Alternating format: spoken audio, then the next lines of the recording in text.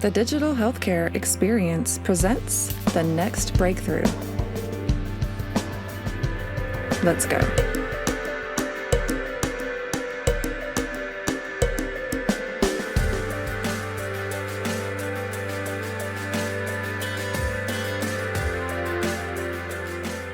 Hello and welcome to the Digital Healthcare Experience podcast presented by Taylor Healthcare. I'm your host, Chris Civit-Therese, and today I'm joined by John Lynn, founder and chief editor at Healthcare Scene, which includes the Healthcare IT Today and Sway Health communities. Healthcare IT Today features over 17,000 published articles, 600 plus video and audio podcasts, and a community of over 200,000 followers.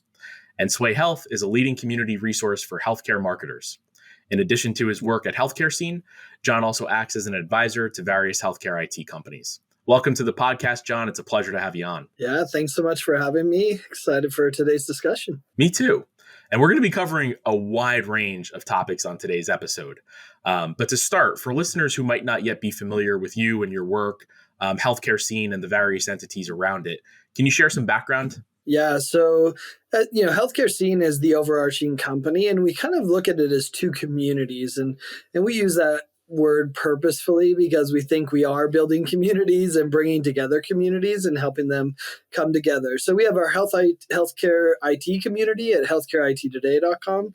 And then we have our healthcare marketing community at sway.health, which Sway is with two A's. So, that's how we look at it. And, Healthcare IT Today, as you highlighted, we've published a ton of content, done a lot of videos, podcasts, etc.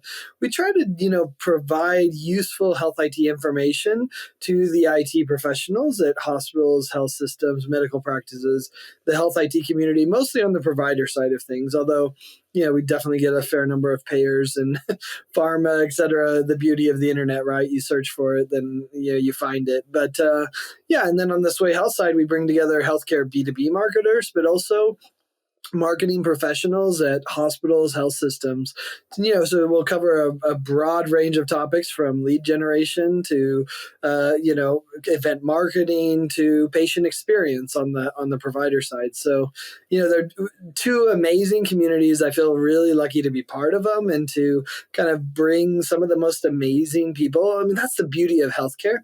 You don't get into healthcare if you don't have a sense of purpose, I think. So sure, some of us stumble upon it, but then we realize, wow, there's a lot of purpose here, that is needed. So I think that's the cool part of my job. Yeah, I totally agree. I always say healthcare is a calling. And if you're, the CEO of XYZ health system, you probably could have been just about anything. If you're a neurosurgeon, a cardiovascular surgeon, whatever the case may be, you had the aptitude, you had the drive to pretty much do anything. It's a calling for sure. So I'm a proud follower of your communities. And I think that you guys do a great job of, bringing some wonderful information to the masses. And again, really excited for the conversation here today. And I'd like to start with a topic that sort of straddles in my mind, sort of both the IT world and sort of the healthcare marketing engagement sort of a world as well. And that's with respect to digital patient engagement. I know you talk to healthcare industry leaders all the time, and I'd really love to hear your insights on the current state of digital patient engagement within healthcare facilities and what's new on the scene and what you're seeing there. Yeah, I think you're right that it is interesting how it straddles both communities. And I think that's a huge evolution. And maybe that's the new thing that's happening in digital patient engagement is that before, many healthcare organizations kind of took it for granted, to be fair. I've said this on a number of different places, but if you have a 6-month waiting list, you don't care, right? Or you don't have to care, I should say. Many of them did just out of the pureness of their soul and because they think it's important for patients, right? But they didn't need to because there wasn't this demand that, if patients weren't treated a certain way, they were going to go somewhere else. Well, there's nowhere else to go in many, cases. So I think that's the shift is now, patients do have some options. They have telehealth to go to. They have retail health. They have all sorts of different options. And so that's kind of forced the hand of many healthcare organizations to do what they should have been doing always, which was engaging the patients digitally. So that's one change. The second change that's really interesting is that in the beginning, IT solutions were not impactful on the healthcare organization clinically. If your email went down, you could still see patients. You have the paper chart, 15 years ago, 20 years ago, right? It wasn't, sure, it annoyed someone who wanted to check their email, but it wasn't clinically impactful. And that's the evolution we've seen, is that now the IT solutions that we're implementing are clinically impactful. And it's gone a step even further, which if you look at most health IT solutions in the market today, or at least a large portion of them, they are marketing solutions. If I'm doing value-based care, I need a marketing solution to convince the patient to do what I want them to do as part of that, care plan. If I'm trying to drive people to my patient portal to use it to get access to streamline a workflow for my users, that's a marketing problem. If I'm trying to convince them to come in for a follow-up appointment or to do something after a surgery in a post-surgery workflow, that's all marketing solutions. So it's fascinating how what started as this IT solution, let's implement the EHR, it's a billing engine, not a marketing solution, right? It's a billing engine that we want to get paid. And of course, we're going to meet some regulatory things, meaningful use, et cetera. But, that wasn't, now has become a marketing solution. So maybe that's the biggest change, is kind of this evolution to or provider organizations that need marketing solutions to be successful in today's environment. That's a really interesting observation, and definitely illustrates sort of the blurred lines, so to speak, in terms of sort of these worlds colliding. And the criticality of these information systems certainly is undeniable. And obviously, it's rare that you can open up, a newspaper, a digital publication, even some of your publications, and not read about cybersecurity risks and some of the concerns and things that health systems are planning for around cybersecurity, now that these health IT systems are so ingrained in the way that we deliver patient care, the way that we talk to our patients, their family members, the way that we connect providers. So I'm curious, can you talk a little bit about what you're seeing in terms of the cybersecurity risk space, and how organizations that you're working with are effectively managing the risks to ensure not just the security of patient data, but that kind of engine remains uninterrupted? Well, it's interesting how that correlates to what I said previously, which is if an email system went down, nobody cared. I mean, it's a slight annoyance, right? Now, if your EHR goes down, that's literally patients' lives at risk, or care that's delayed and that could cause problems. So the stakes have changed, right? A cybersecurity incident now is a actually clinical quality issue for many organizations. So I think that's the biggest thing that has evolved, and why cybersecurity has become more important. It's also why healthcare is more attacked, because there is a massive risk. And if you're down, they can, effectively use ransomware to get a ransom from you, because it's very tempting to pay that ransom when, lives are at risk. And so I think that's the massive change. To your question about, how are they managing it effectively? Quite frankly, many aren't. Like this is a problem in healthcare. They either don't have the resources, they are in an area where they don't have ability to tap that talent. Healthcare is paying less than most other industries, and so we're competing for the same talent, right? The cybersecurity talent is somewhat ubiquitous. If you're a cybersecurity person, if you're in healthcare or not, sure, there's some nuances, but at the end of the day, cybersecurity is the same across industries to a large degree. And so we're competing for that talent. I think, we saw this happen with the Change Healthcare breach that's had massive widespread impact, which, lessons in business continuity, lessons in redundant, systems and options as far as what we need to make sure, which ironically, many thought they had redundant systems. And then they realized, oh, wait, our redundant system still goes through change. That's a problem. We need to figure out. It reminds me of the redundant internet connections that you're like, yeah, well, it's redundant at this point, but then eventually it comes together and still it's not redundant. So we addressed that in the internet space, but we haven't addressed that in the revenue cycle space. But I'm, coming out of that, I saw a CIO say, if this doesn't wake us up to double our investment in cybersecurity, then we're doing something wrong. And I think that's maybe the wake-up call that so many organizations need, which is this stuff really matters and it's going to have an impact. And it's way better to invest now in these cybersecurity risks to prevent them.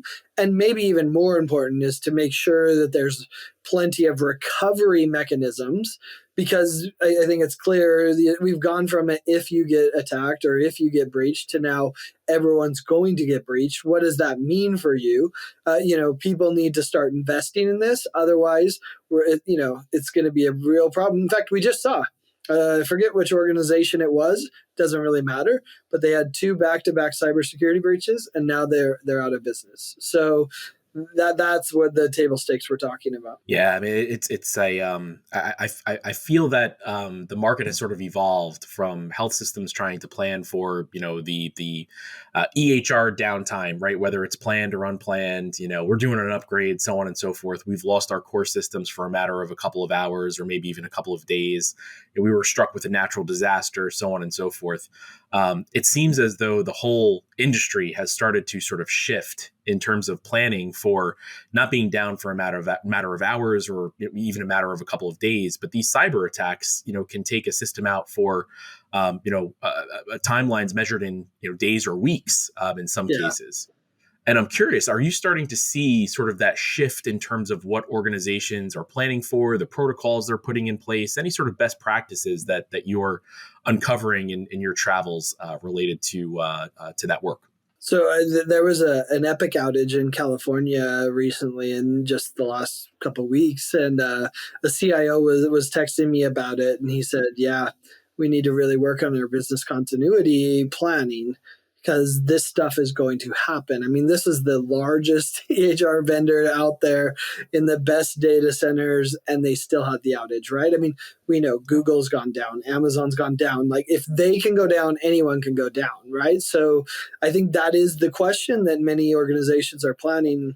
I go back to when I first started in implementing EMRs. I was working at a medical practice at UNLV, implemented their EMR. And I had an amazing leader at our health system.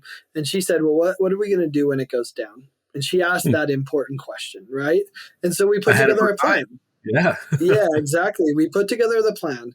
We said, if it goes down, we're going to document here. We're going to do this. We have these forms here, which ironically, that's like one of the biggest things. It's like, wait, how do I sign the consent form if it's in the electronic record? And now where do I get it, and how do I print it, and what do I do, right? Like, it's like simple things like that now we're so reliant on the EHR for. It's like having those plans in place is key. And, just to finish the story, we put together that plan. 2 weeks later, the system went down, of course. So it's like, great, this is incredible. Awesome. But it was, and everyone was freaking out except for that director of the health center. And she was amazing. She's like, hey, we know what to do. We planned for this. Let's do it. And so we executed that, and it just diffused all the stress of the team, who was like, wait, what do I do? How do I do it? And Tina's her name. Tina was like, we know what to do. Here's the plan. Let's do it. And luckily it was only an hour or something. I mean, it was a pretty quick downtime, but we were able to, recover quickly, and they were doing it. But by having that plan and having the team know what the plan is going to be the first key, to an organization. And when you do have a plan and they know the plan, then it diffuses all of that stress. I saw it firsthand, and we see it all the time, so that then they do know, oh, I'm in there and I need to do a consent form. Where do I go at? How do I print it? Where is that available? Or if I need, the clinical decision support, or I think that was the other thing she taught me. She's like, we're used to caring for patients with limited information. Sure, it's better if we have the EHR there to give us the data that we need. But the real answer to most of the situations, and sure, maybe you have to delay some surgeries or different things like that because you don't have the information. But in many cases, doctors can treat patients. It just means they might have to ask a few more questions.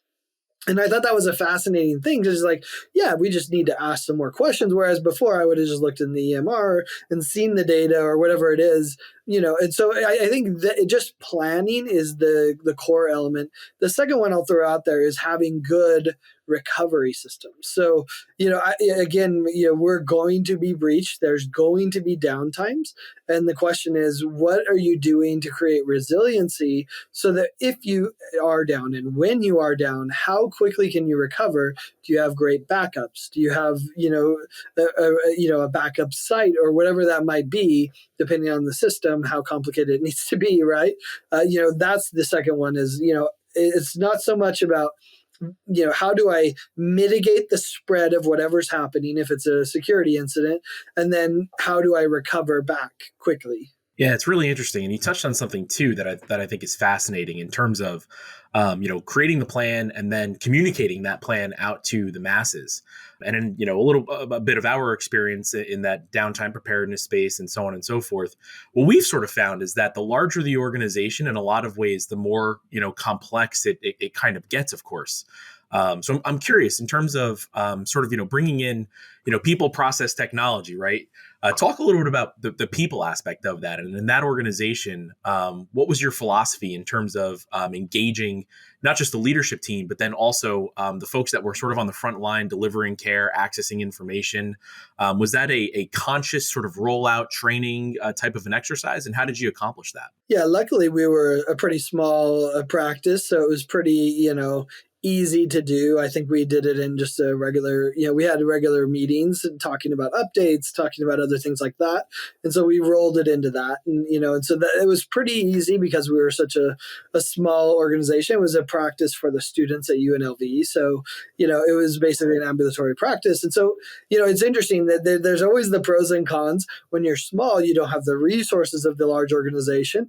But when you're small, it's also easy to communicate with everyone, right? Like, so, you take your pros and cons either way.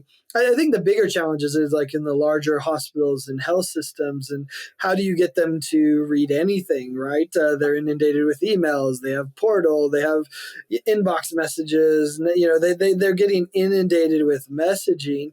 But I've found the key is really making sure that the department leaders are on board. And almost every healthcare organization that I know, especially hospitals, health system, have these governing boards that help them diffuse the technology, evaluate new technologies, evaluate updates to the HR, et cetera.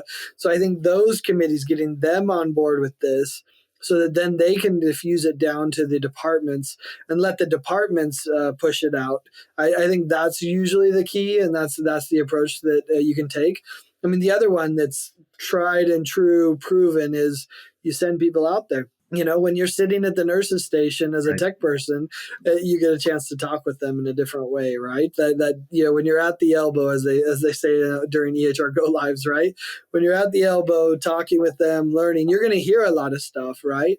And you can tell them about this, what is the downtime procedure, and help them understand what it is, right? That's invaluable. And being able, I know a lot of CIOs who shadow people, to see what they're experiencing, right? As part of that, you can talk about it. So, I think you have to use multi-layered. It's not, unfortunately, there's no cure-all. You got to message it. You got to go through the department heads. You got to, go and, press the flesh, as they say, and actually spend time with them. It's the internal marketing, right? I mean, we've talked about sort of marketing, through the context of health systems and their, patients, through, healthcare technology providers and sort of the market.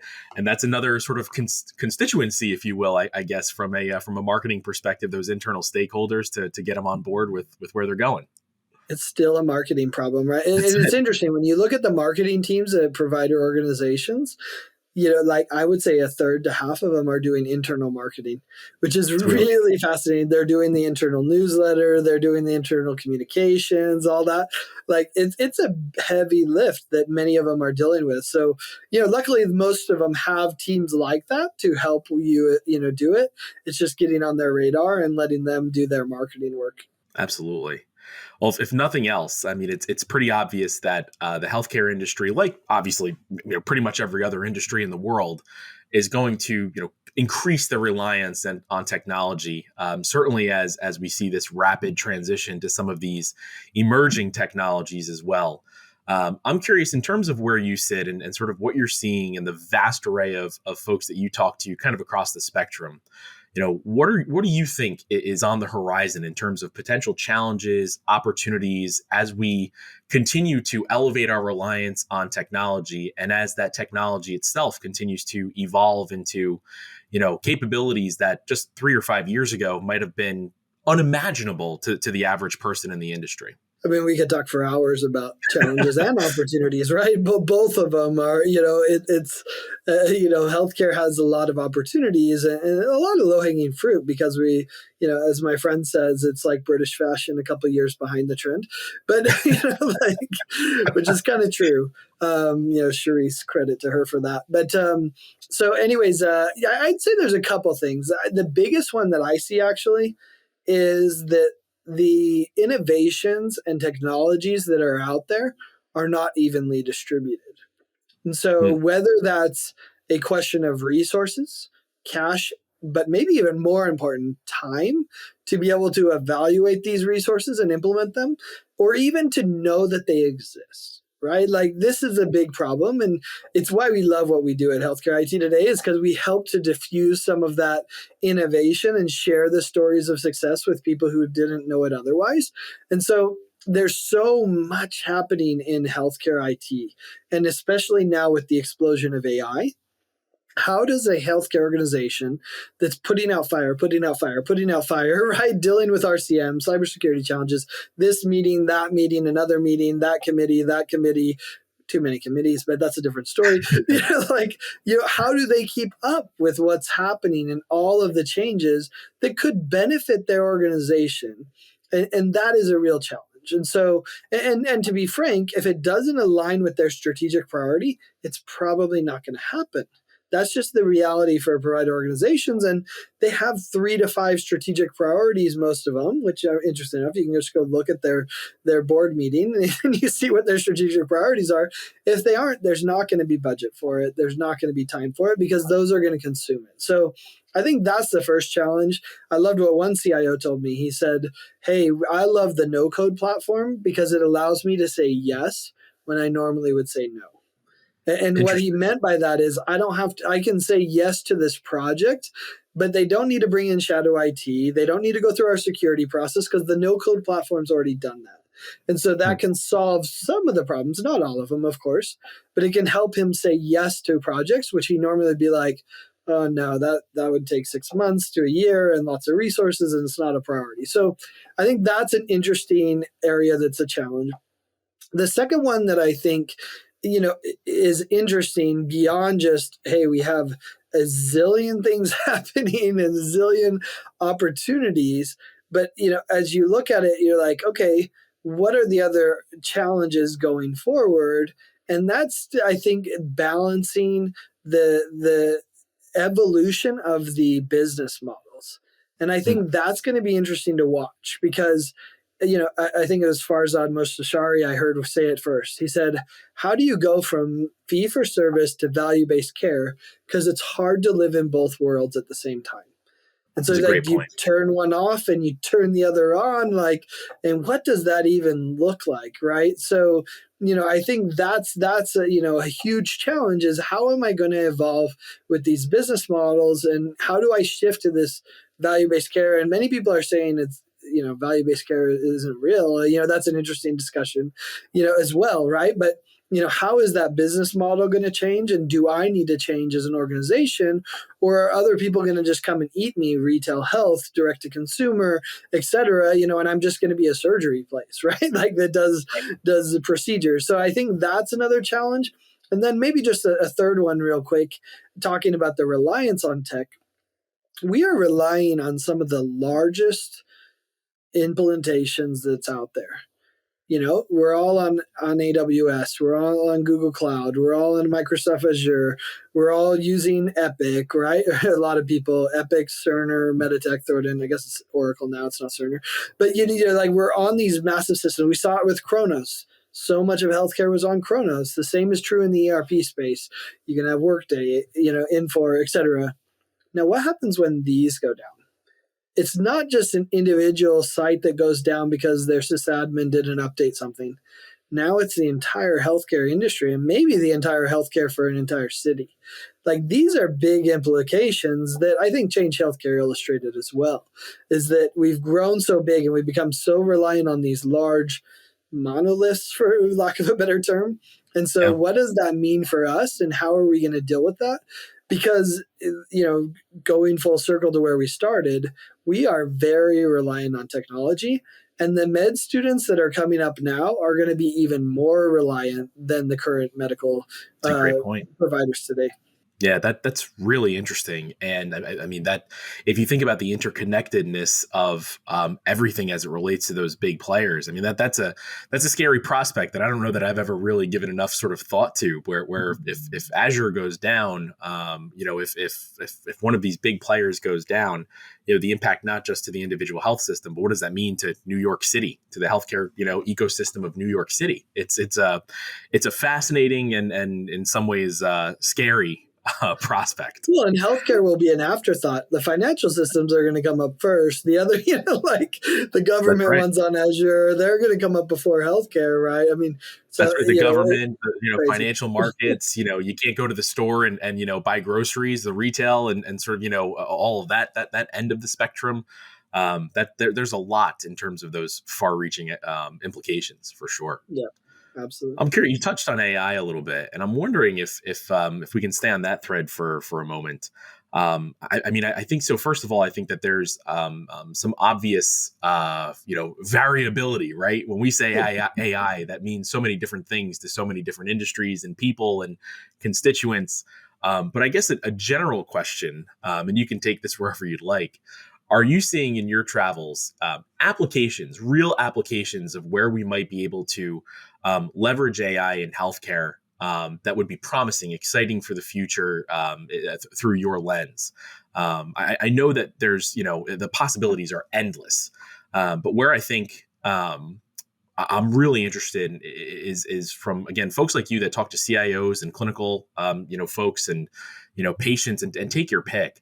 You have such a broad view. So if you had to distill it down to a couple of things that you're really excited for in terms of AI and where it might go, what would you say to that? Yeah, I mean, the hard part is distilling it down to a couple because the reality, that's what makes AI so exciting. You implemented other things, sensors or, let alone blockchain or things like that. Everyone's like, oh, that's kind of novel and interesting. But they're like, how would I implement that? How would I use that, right?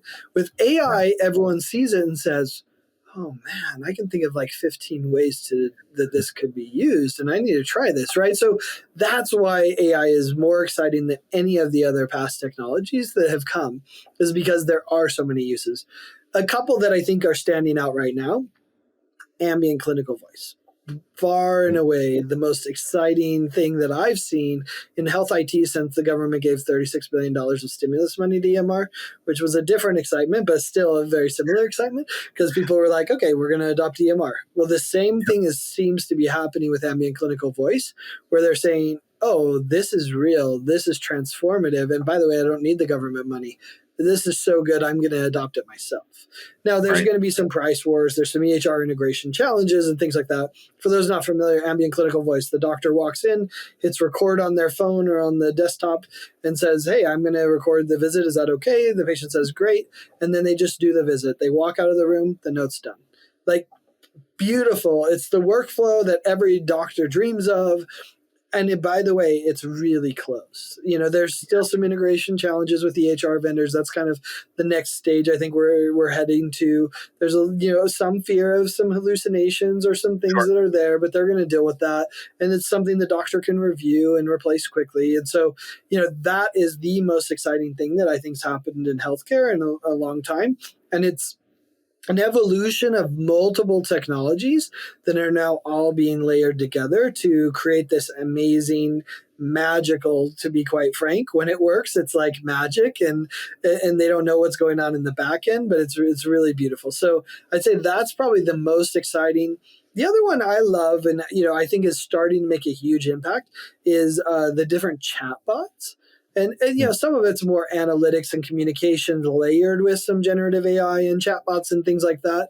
And so, and that actually is my favorite part of any healthcare technology is when you layer multiple technologies and solutions into one nice package, right? But the chatbots are doing that by reaching out to patients, engaging patients. I mean, I heard of a person who had to call the insurance company to get some information. And instead of, there was no API available, at least at the time, and there was none of that. So they said, fine, we'll just create an agent and have them call. So they created essentially a virtual agent that calls and says, hey, I'm calling to get the insurance information for so-and-so. And they'll be like, what's the date of birth? They're like, the date of birth is this. And it's not a human. It's a chat bot, essentially an artificial AI, bot that's calling to get the information they need. So, what's most exciting about all this is we're just starting, man. If you can do that, think about how many other things we're going to be able to do. So there's exciting stuff happening now, and it's still the beginning. It's embryonic, right? I mean, it's the machines are the dumbest that they will ever be. They're only going to continue to get smarter, and those applications are already out there making such a difference in this ecosystem. And what I really find fascinating, you mentioned earlier that being able to tie health IT to the strategic objectives of the health system. And what the couple of use cases that you just described, I mean, there's a pretty clear line between those types of use cases and those strategic objectives of the health system in terms of, maximizing, physician time, patient literacy, health equity. I mean, just those two use cases alone touch on so many of the strategic initiatives that I would venture are being discussed at a boardroom level in health systems. I mean, think about if you're a doctor that starts using this ambient voice solution and then you decide to move. Are you going to go to a healthcare organization that doesn't have that solution? I don't think so, right? You're going to be like, you're going to do it or I'm not going there. And, I've argued that many doctors are going to care more about you supporting the ambient voice solution that they're used to. They're not going to care if the back end is Epic or Cerner or Meditech or Athena or ECW. They don't really care because their interface is likely going to become this ambient voice solution. And so that is a sea shift in recruiting, in retention, even beyond just how you're satisfying your existing, providers. That's a fascinating space to watch. And to your point, you think about AI and the list goes on. It's a nearly endless list in terms of how we may, leverage this technology in the future in all facets of healthcare and all facets of the way that healthcare applications are brought to market. The way that we market, the way that we sell, it's going to touch every single stitch of the equation. And it's such an exciting time just to be a part of it. So with that, in closing, is there anything else that you want to share with the community that you're working on, that you're excited about? Any closing thoughts from you? Yeah, I mean, obviously at Healthcare IT Today, we get to talk to some of the smartest people in the world and feature what they're doing and their innovations. So, that's where I suggest to people go check out healthcareittoday.com or search for Healthcare IT Today on your favorite podcasting applications. As the kids say, like and subscribe, that's always appreciated. We love it when people go and do that. And, I love when I hear that, hey, I woke up in the morning, when I wake up in the morning, I grab my coffee and hear what's happening at Healthcare IT Today. That's just a beautiful tribute to the work we're doing and that our team does to try to help diffuse this innovation and help people understand it. Ironically, I was talking to a CIO recently and he said, John, the reason I'm doing ambient clinical voice and looking at it is because I heard it on your podcast and I realized, wow, I should get behind this. So it was a nice tribute to us helping to push forward many of these exciting innovations. So obviously check out Healthcare IT Today. If you're a marketing person, if you're a healthcare marketing professional, be sure to check out sway.health, sway with 2 A's. John, thank you so much for joining us today. It was a real pleasure to have you on, and you are welcome back certainly anytime. I'd love to keep the conversation going at some point in the future as we keep getting into this. And thank you so much for joining us today. Thanks for having me. This was a lot of fun. And thank you also to our listeners. If you enjoyed the conversation, please like, share, and subscribe to help us keep growing the show. And if you'd like to learn more about Taylor Healthcare and the digital healthcare experience, you can go to taylor.com/digital-healthcare. That's it for today. And until next time, this is Chris Civitarice wishing you health and good cheer. Take care. To learn more about Taylor Healthcare, please visit taylor.com/digital-healthcare. This podcast is for educational purposes only and is provided with the understanding that it does not constitute medical, legal, or financial advice or services. The Digital Healthcare Experience is produced by Naomi Schwimmer. Podcast music by Nicholas Bach.